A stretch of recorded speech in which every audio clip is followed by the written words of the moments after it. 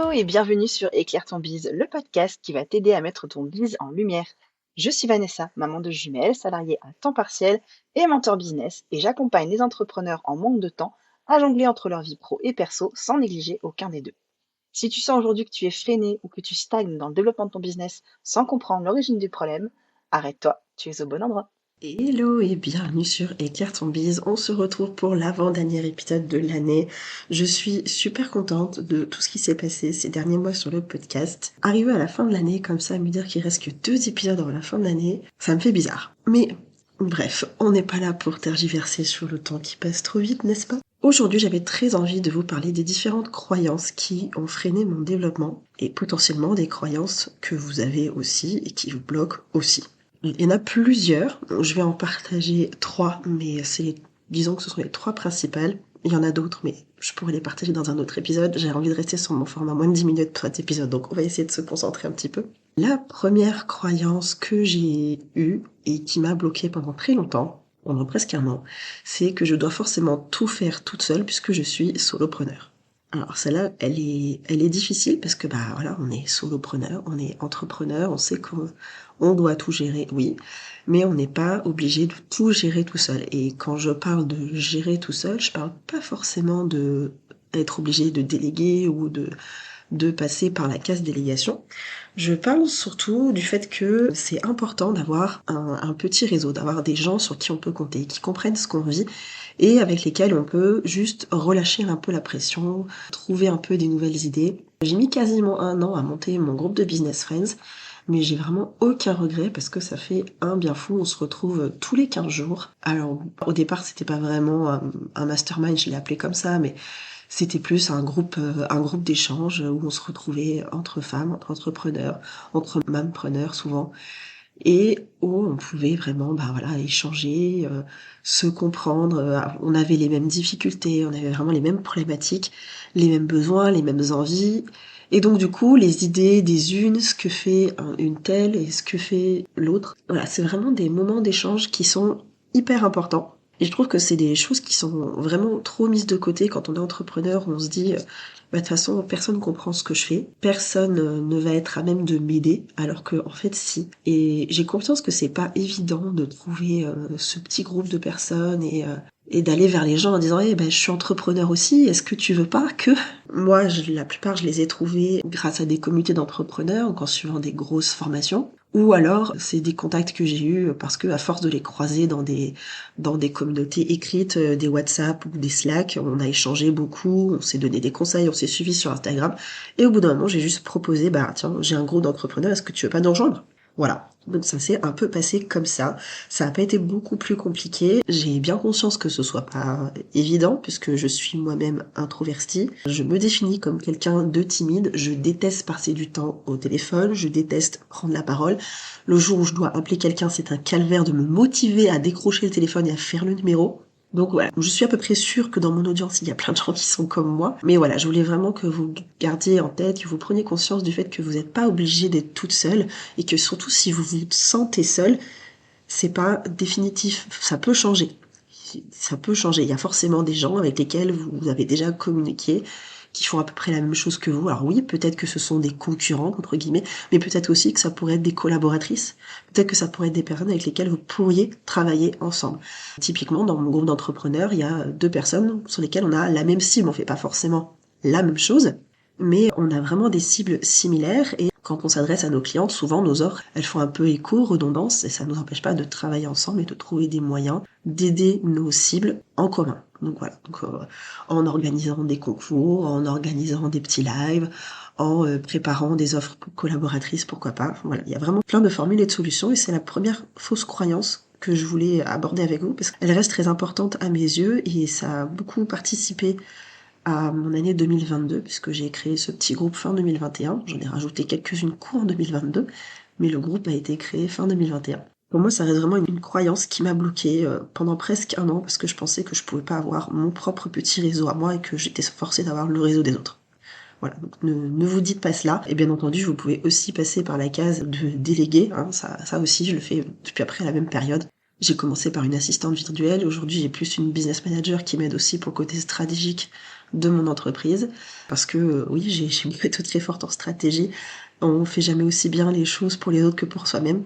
Donc j'ai décidé de me faire aider de ce côté-là et ça fait beaucoup de bien, ça soulage au niveau de la charge mentale.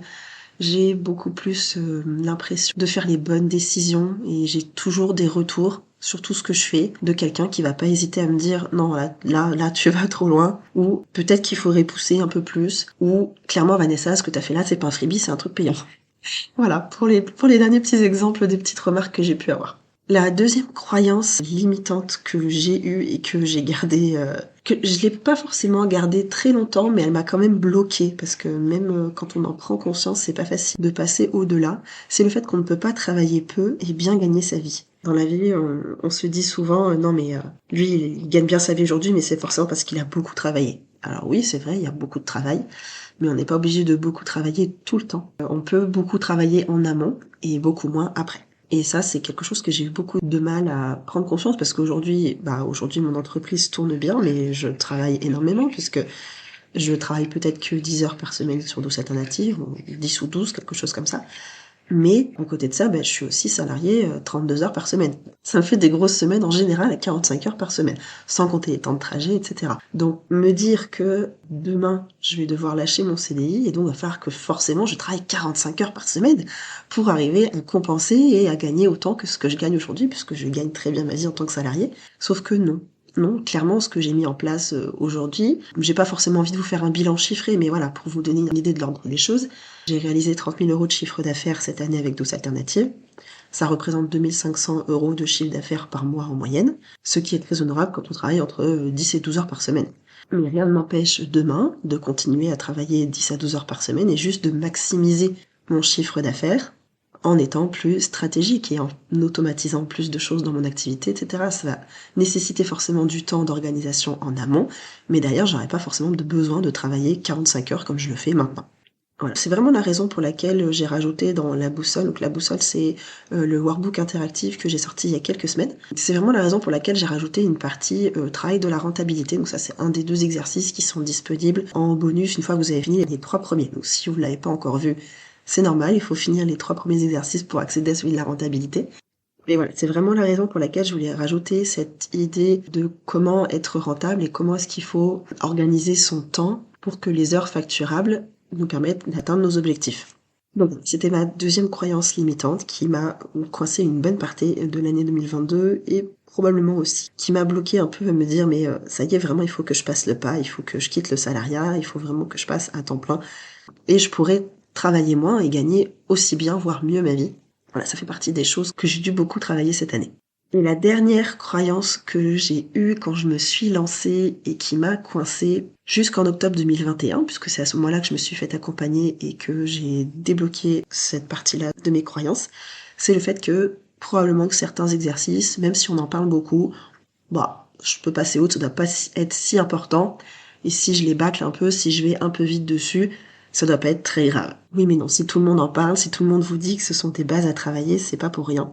Et clairement, quand moi j'ai fait la BSB Academy en 2021, il y a des exercices que j'avais bâclés. J'avais bâclé le client idéal. J'avais en plus pas compris réellement à quoi il servait. Je l'avais très très mal utilisé. Alors j'avais aussi bâclé l'exercice sur les valeurs, parce que j'ai trouvé ça très difficile et que du coup je l'ai survolé. Et en fait c'est le gros problème de certains de ces exercices, c'est qu'ils vous font faire tellement d'introspection, ils vous font tellement vous recentrer sur vous, qu'en fait on n'y voit pas clair. On n'y voit pas clair et on n'arrive pas à prendre le recul nécessaire pour répondre aux questions. C'est pas des exercices faciles, j'en ai bien conscience, hein. Je suis passée par là aussi, donc je comprends. Et le dernier exercice que j'ai survolé et j'ai mis vraiment beaucoup de temps à débloquer, puisque je l'ai débloqué que au courant d'année 2022, c'est celui sur les objectifs. Comprendre comment choisir ses objectifs et comprendre comment les découper pour les placer sur l'année. Ça, c'est probablement l'un des exercices les plus difficiles que j'ai eu à faire de ma vie, parce que cette phase de projection sur un an, qui derrière te mène à une phase de projection sur plusieurs années, donc la vision, alors là, je crois que j'ai pris la migraine de ma vie en faisant cet exercice. Mais en le refaisant cette année, avec d'autres explications de quelqu'un d'autre, qui m'a amené à voir les choses différemment, à les comprendre autrement, et surtout à voir le résultat et ce que ça allait pouvoir m'apporter. Ça m'a beaucoup aidé. L'autre raison pour laquelle je trouve que c'est difficile de travailler, d'entreprendre tout seul, c'est parce que ce genre de retour et ce genre d'aide, si vous êtes coincé, vous pouvez pas les avoir si vous êtes tout le temps tout seul, en fait. Et j'ai bien conscience que se faire accompagner financièrement, c'est pas toujours possible. On a chacun les moyens qu'on a. Il y en a qui sont déjà parents célibataires, qui ont des crédits sur le dos, qui se trouvent avec des factures, qui se sont lancés dans l'entrepreneuriat mais qui ont plus de chômage et qui aujourd'hui du coup se retrouvent coincés parce que dans leur situation, s'ils font pas de chiffre d'affaires, ils avancent pas, donc on peut pas investir dans ces cas-là, et ça je le comprends, mais totalement, ça me paraît juste logique et normal, et j'ai du mal à comprendre les gens qui font le forcing en closing et qui essayent à tout prix de vendre à des personnes qui n'ont de toute évidence pas les moyens et qui peuvent pas aller plus loin. Mais voilà, donc si c'est difficile de se faire accompagner parce que c'est pas donné à tout le monde, ce que je conçois, ça reste quand même possible d'avoir des gens qui vous comprennent et de travailler avec eux. Et là, on en revient à la croyance, la première croyance, qui dit que en plus, si je suis timide, je peux pas me faire un réseau, quoi. Alors que des gens timides, il y en a d'autres. Vous êtes pas seul. Il suffit peut-être juste de trouver la bonne personne. Et pour ça, il y a plein de communautés d'entrepreneurs qui sont libres et faciles d'accès. Ça reste un de mes objectifs 2023, d'ailleurs, de créer une vraie communauté libre. Je cherche encore un peu comment je vais pouvoir organiser ça, mais ça fait partie de mes envies. En attendant, je construis les coworkers, on verra la suite après, n'est-ce pas, les petits pas. Voilà pour mes 3 croyances. Donc la première, c'était je dois forcément tout faire toute seule en tant que solopreneur. La deuxième, je ne peux pas travailler peu et bien gagner ma vie.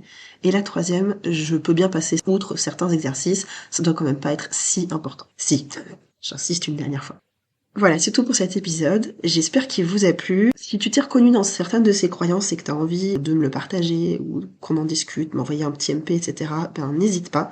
Ça me fera toujours très plaisir. Et puis on sait jamais, des fois, au détour d'une discussion, on peut quand même débloquer des petites choses. Je te rappelle également que tu peux télécharger la boussole, le workbook interactif gratuitement via le lien en bio. En tout cas, les 3 premiers exercices. La suite, c'est après avoir fini les 3 premiers exercices, sinon je te les envoie pas.